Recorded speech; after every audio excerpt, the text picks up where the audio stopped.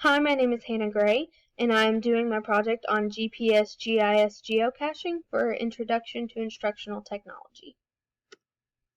What is geocaching? Geocaching is the recreational activity of hunting for and finding a hidden object by means of GPS coordinates posted on a website. Geocaching is a real-world treasure hunt.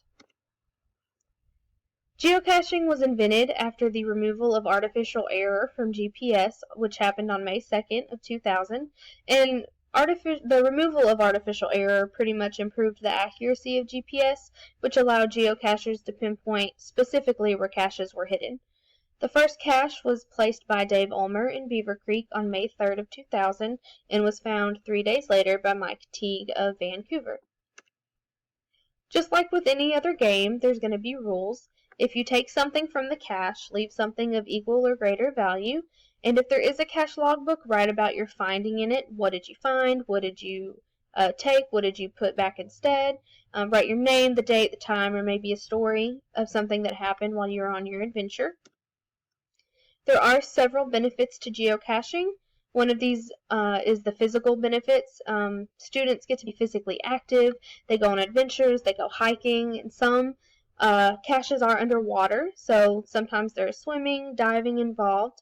There are social benefits. You get a sense of accomplishment. It builds your self-esteem, and you have the opportunity to be successful when you find a cache. And when you're with a group of people, you have a sense of belonging, and it helps build your cooperation, and then there's just other emotions that go along with that. The benefits we're going to focus on the most are the educational benefits. So underneath I have different subjects and how you could use caches with those. First I have English. You can use journaling. You can have your students journal about the adventure they went on when trying to find their caches. Maybe the cache involves a topic that they have to journal about. Or you could have multiple caches to hunt with a question. So the first cache could have a poem, and inside of the poem could be a word that's a hint like tree or water, and then they would know that the next cache would be under a tree or near water. Foreign languages. Students are given coordinates to the first cache, which has a word in a foreign language that is a hint to where the next cache is located, so it's much like the last one. You can have mathematical caches. To the right, I have a multi-step caching puzzle that a geometry teacher put together. So the students would solve the steps, they're in teams, and they find the values to locate where the cache would be. Teachers can hide caches at specific angles and have the name of the angle in the cache. So if the students find the first cache and it says right triangle, they'll know that there are two other caches and the whole thing is in the form of a right triangle. Then you have coin collecting. Each cache contains a collection of coins and a math problem involving making change. So if you have $2 minus $1.50, that's 50 cents. Students take the change that matches their answers from the cache and they deposit it into banks that they have with them. And this could be something like a box or an envelope. And if all the students are correct, they should have the same amount of change. And this can be used involving percentages and fractions for older students. You have geographical. Students learn the area where the cache is located. They discover a new hiding place within a familiar location. So if you go to a park that they know really well, then they kind of get to explore it more, find new hiding places, different opportunities to show where caches can be hidden. I think the most important under this one is the differentiation between longitude and latitude, because you have to be able to make sense of those to know where a cache is located. You have biological caches. Students can discover new plants where a cache is hidden, or you can give your students a to-do list of things to find along the way, different types of birds, different types of plants, things like that. To the right, I have an example of GeoArt. And GeoArt is pretty much just hiding caches to make a picture. So students can hide them together, help each other to formulate a map that would make a picture to show what the cache map would look like. You have media. In each cache there would be a postcard, an interview transcript, or a source of an eyewitness account of a historical event. Students would record each other revealing what has happened, expand on the details of the event, and give it a human perspective. And this doesn't just have to be media. You can also use it for historical, which is the next one. Another historical would be that many geocaches are located at or near sites of historical significance, so they're easy to find. Some caches may even provide information about the site so that they can learn the history of a specific culture, especially if they're going somewhere new. Another example of a historical cache would be a travel bug. I have a picture right underneath there. It's a trackable item that can be identified by a dog tag style label. The item is picked up by travelers and dropped off in a different spot when they take it out of the cache, and some travel bugs could even have instructions that might tell geocachers to email their teacher where they found it and maybe what the history of the place might be. Another example of a historical cache is a passport.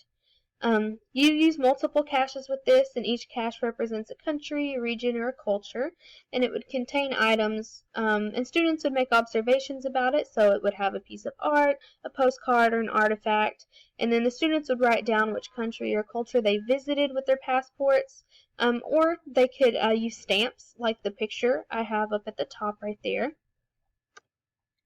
Another benefit would be problem solving. You could use word fill-ins for this.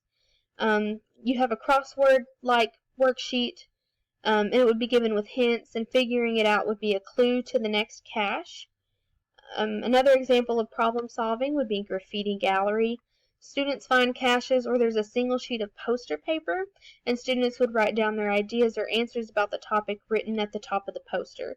Each student group would have their own color marker to differentiate from other teams, so this would be a team-related sport, so there'd be a little bit of cooperation with each other involved. And they can also mark through the answers of another group if the entire group thinks it's invalid. And at the end of the day, you can come back with your students, read through all of them, and figure out, which solution is the best to what the problem might be. The last benefit is that it's just fun. Students work together with their friends.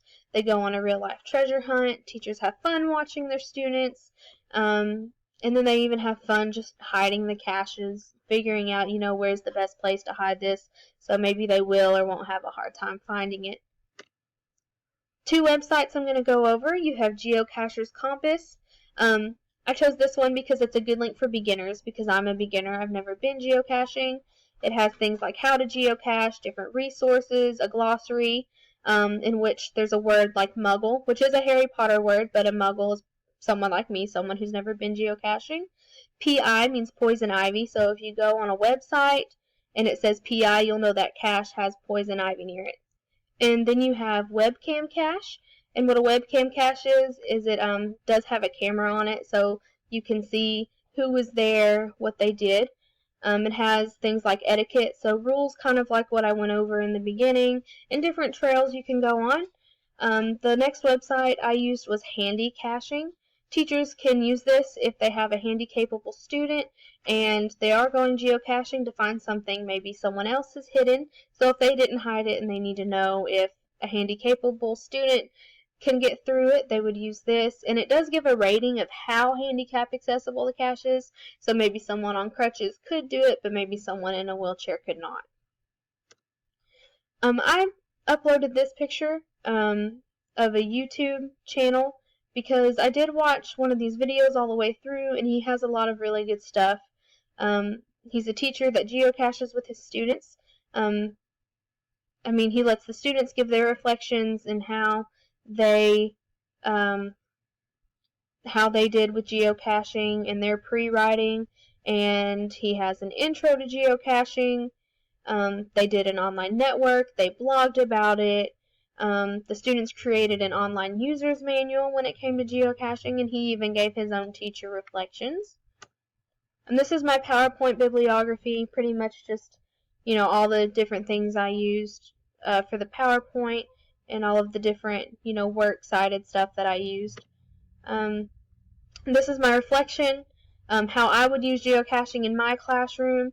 I did choose this because I've never been. And I do know people who have gone and they really like to do it. They do it with their kids.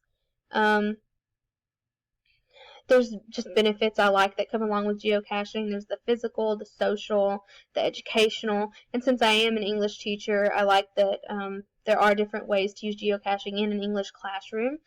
For example, I love journaling. I've always been a fan of journaling. I've always planned on using journaling at the beginning or end of every class period. I like the fact they can go on a journey, go on an adventure. And I like how that they can, have clues, use questions, use their knowledge, try to figure things out, stuff like that. And I like that, not only is it a sport, but it's a sport with participants to admire. I wrote down here that in 2015, 17,846 geocachers around the world collected trash while they were going on their adventure. And those are the types of people that should be role models to kids. And then my reflection bibliography. Some of these are the same, but some of them are different from the other bibliography that I used.